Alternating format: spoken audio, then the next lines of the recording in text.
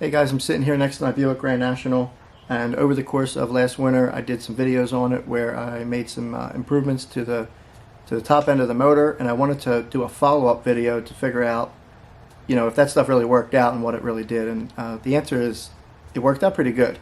I went to the drag strip last night and I made some passes, and I'm going to show those videos in just a second. But first I just wanted to give a real quick background of what I did. Before I started tearing the car apart, it ran 11.7 at just about 118 miles an hour. It was like 117.9.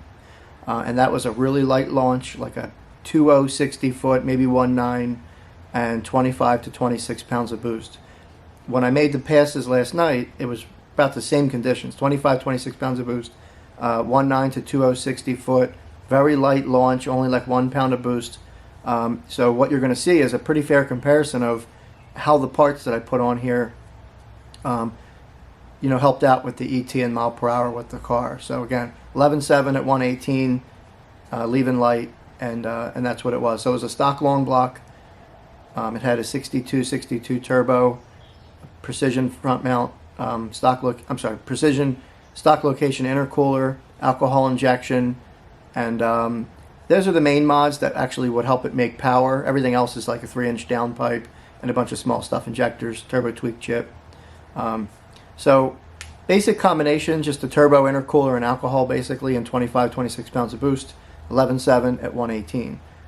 If you look back into my channel, I have videos of where over the winter I broke that motor down, took it out of the car.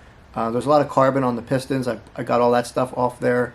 And when I put it back together, I did it with Champion CNC ported iron heads, matching Champion ported intake. I did a larger 3-inch plenum, upper plenum, and Alky matching 3-inch throttle body.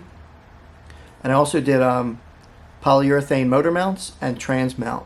So those are the main mods that I did to the car. So again, Champion heads, intake, plenum, and an Alky throttle body. Aside from those things, I also converted it to a fully roller valve train. So it's a full throttle hydraulic roller, 210, 215, 516 lift camshaft. And with that I did Johnson roller lifters, Smith Brothers custom push rods, and the T&D shaft rockers. And I degreed the cam in, and I set those valves for the rockers. And you can see all those videos if you look back, if you haven't seen them already, or this is the first video of mine that you saw.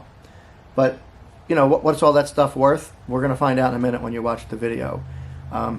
But I just wanted to add one thing. First of all, the camshaft, I hate the way it sounds. The motor sounds like it has no oil in it. So I have to deal with that. I kind of don't like it, but the fact is the cam just plain works. First of all, the car idles much stronger. It sounds like a real car now, not like a vacuum cleaner.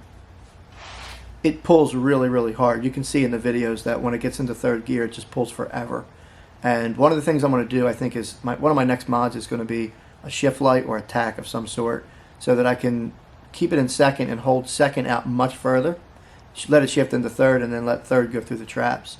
But right now it's getting out of second gear way too quick, and there's a lot of power being left on the table. So I'm going to do some sort of a tack and a shift light. I think I'll get some big benefit out of that. Another thing is that last night when I went to the drag strip at Cecil County Raceway in Maryland, the conditions were terrible. 92 degrees outside. The DA is 25 plus 2,500. So in comparison, in the fall, we see negative 2,500. So there's a pretty big swing in air quality from summer to fall here. So this couldn't have been a worse night to be. The sun was, blinding. Again, I left it like 1 pound of boost just to try to keep it along the lines of what I did in the last run to get a real fair comparison. What else? So the car was running at 200 degrees, coming through the traps at 220. I need to upgrade my radiator because it's original. I think it's all clogged up, and the car for the last couple of years has been running real hot. So along with a shift light or a tack of some sort and a radiator to cool this car down, those are the next things that I really need to do to perfect it. I also need to get some new tires and really push this car on the line to launch harder. You'll see in the video it's leaving like a baby. 1 pound of boost, 2 pounds of boost maybe. And I know that if I leave a lot harder than that, it's going to come to life and put down some really good passes. But yeah, that's it. So that's a follow-up on what I did. I basically, I'm just giving you a video on how those mods changed the way this car behaves from its original 1170 at 117 and put it right out on the track with the new mods. Conditions are pretty much similar except for a terrible day to be out at the track. So in the fall, I think I'll even get some much better numbers. So take a look. Tell me what you think.